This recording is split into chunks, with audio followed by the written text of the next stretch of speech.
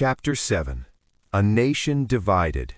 The Postal Service During the Civil War, 1861 to 1865. The spring of 1861 did not bring warmth to the United States. It brought a fracture. The map, which had for so long been a single sprawling document of expansion, was suddenly torn in two. We have spoken in previous chapters of the Postal Service as a nervous system, a network of wires and roads that bound the body of the nation together. But what happens when the body attacks itself? What happens to the flow of blood when the veins are severed? Chapter 7 of our history is the story of this severance. It is the story of two postal systems operating in the dark mirror of war.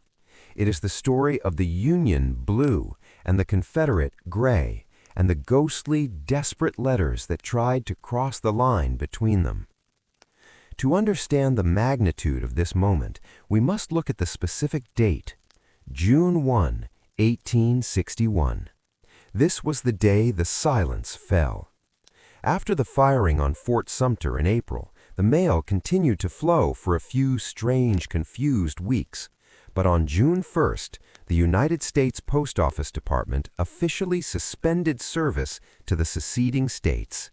The order went out from Washington. The post riders stopped at the Mason-Dixon line. The steamboats on the Mississippi turned back. The trains carrying mail south from Louisville were halted. For the first time in American history, writing a letter to a relative in Virginia or Georgia was not just difficult, it was an act of crossing an enemy border. Let us first examine the creation of the Confederate postal system. It is a fascinating study in improvisation.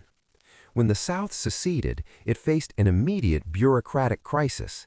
It had a government, an army, and a flag, but it had no stamps, no dies, and no paper mills. The man tasked with building this system from scratch was John H. Reagan, a Texan appointed as the Postmaster General of the Confederacy. Reagan was a pragmatist. He knew that unlike the Union, which subsidized its mail service with tax dollars, the Confederacy needed its post office to be self-sufficient. It had to turn a profit, or at least break even.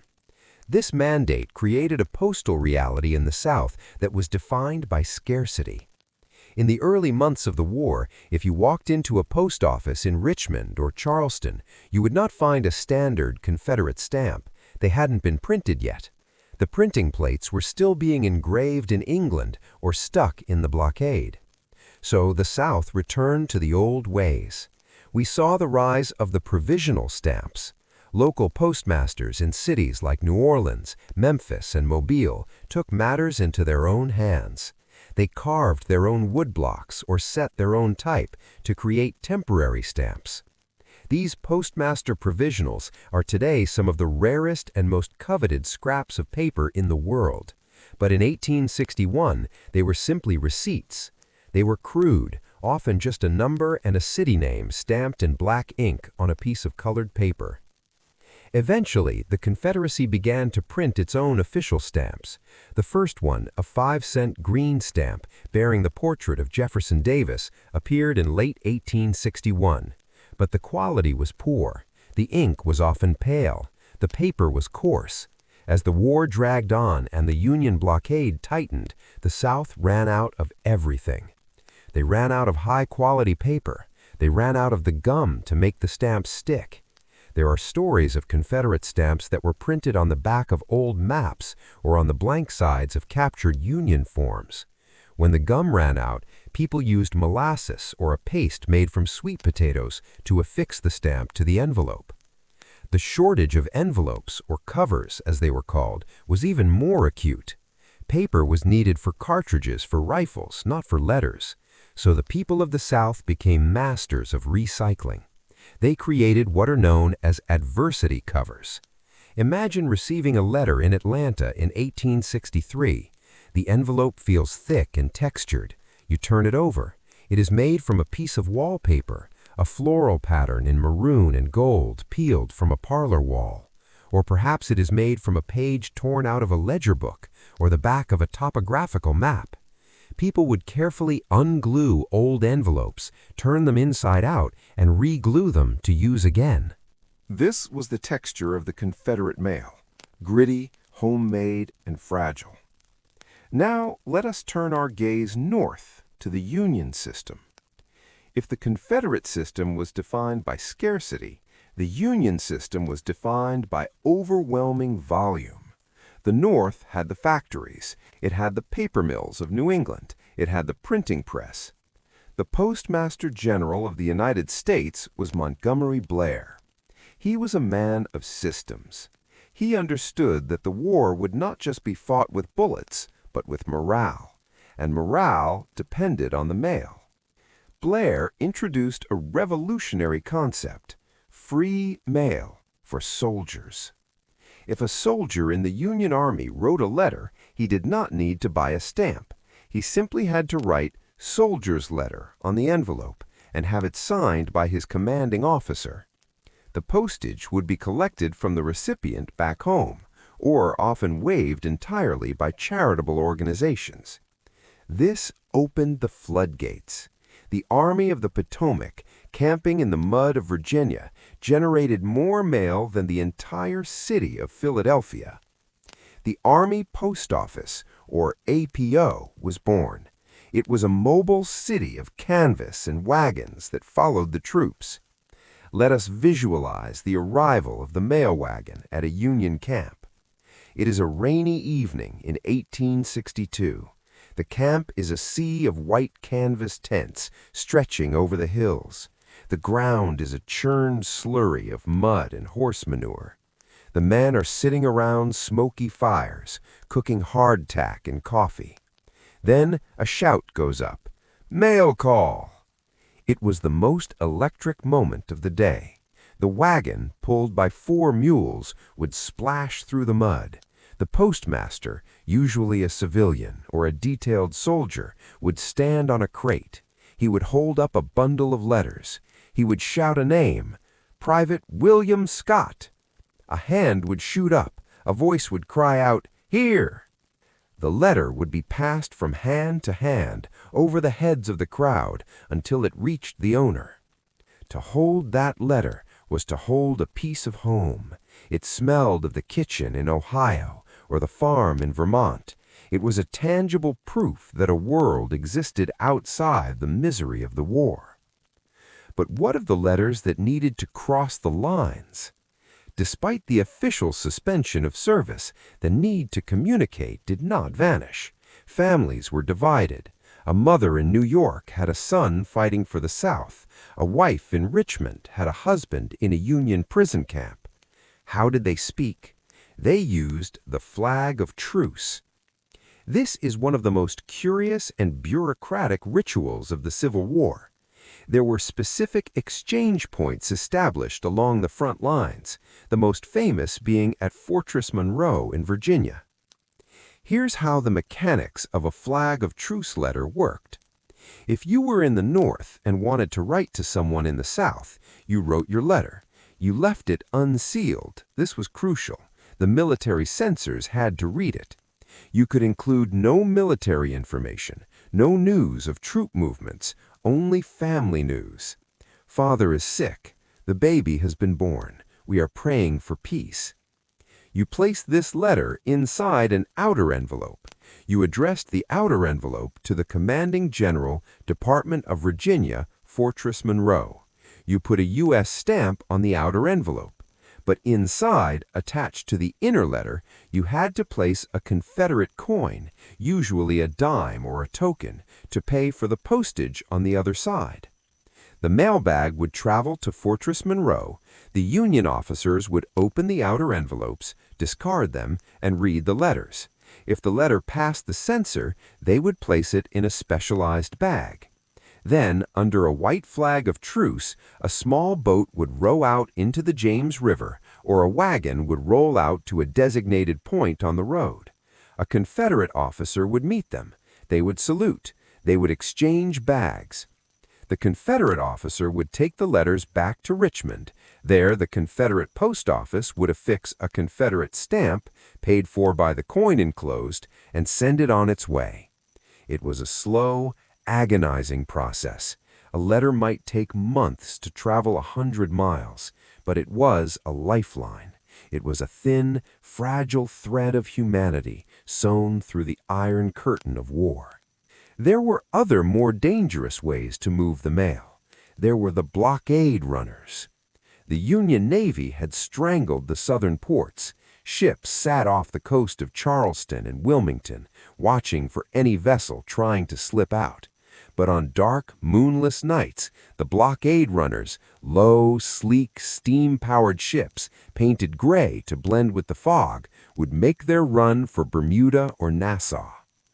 These ships carried cotton out and guns in, but they also carried the mail. A letter sent this way was a gamble. The captains of these ships carried the mail in weighted bags, usually filled with lead shot.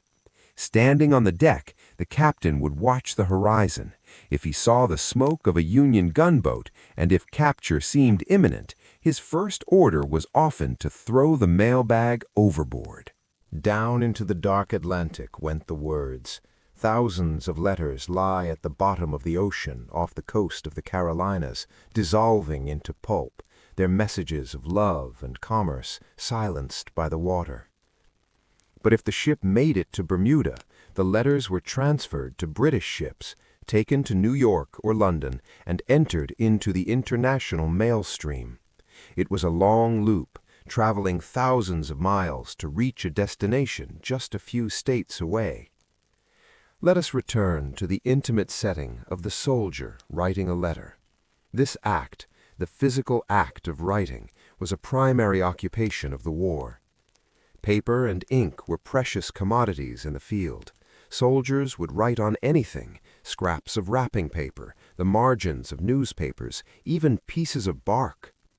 The ink was often poor quality. It would freeze in the bottle during the winter. It would dry up in the summer. Soldiers often wrote with pencils, the lead faint and silvery on the rough paper. The desk was usually a knapsack balanced on the knees, or a drumhead, or a flat rock.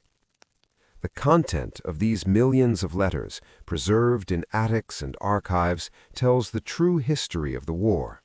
They did not write often of grand strategy or the abolition of slavery. They wrote of the weather. They wrote of the mud, the deep, sticky, omnipresent mud. They wrote of the food, the salt pork, the hardtack that had to be soaked in coffee to be edible. They wrote of boredom. Dear mother, it has been raining for 3 days. We are wet to the bone. I have lost my socks. And they wrote of the silence. I have not heard from you in 3 weeks. Has the mail been lost? Are you well? The envelopes they used were often patriotic covers. In the North, printers produced envelopes emblazoned with cartoons and slogans. An image of a Union soldier waving a flag, a caricature of Jefferson Davis running away, a bald eagle with lightning bolts in its talons. These envelopes were a form of propaganda, a way for the sender to signal their loyalty before the letter was even opened. In the South, as we mentioned, the envelopes were plainer, often homemade, but the sentiment inside was just as fierce, just as longing. There is a particular category of mail that is most haunting, the prisoner of war mail. From the camps at Andersonville in the South or Elmira in the North, letters trickled out. They were strictly limited in length, often to just 1 page. They were heavily censored. A prisoner in Andersonville might write to his wife in Pennsylvania. He could not say, "I am starving." He could not say, "Men are dying of scurvy around me." He could only say, "I am here. I am alive. Send food if you can." These letters often arrived stained with the filth of the camp, carrying the smell of wood smoke and sickness. To the family holding the letter, it was a terrifying artifact. As the war drew to a close in 1865, the Postal Service became the harbinger of the end. As the Union armies advanced, the Confederate Postal Service collapsed. As General Sherman marched through Georgia and the Carolinas, he cut the railroads, he burned the depots. The veins were severed again, but this time they were being cauterized. When Richmond fell in April 1865, the Confederate Post Office Department ceased to exist. John Regan was captured, along with Jefferson Davis. The stamps became worthless paper. But almost immediately, the Union mail wagons rolled in. This was a deliberate strategy of Reconstruction. The United States government knew that to heal the nation, they had to restore the connection. They had to get the mail moving again. Within weeks of the surrender at Appomattox, the Union mail was flowing back into the South. The Confederate stamps were demonetized, replaced by the stamps of the Union, the image of Washington, the image of Franklin.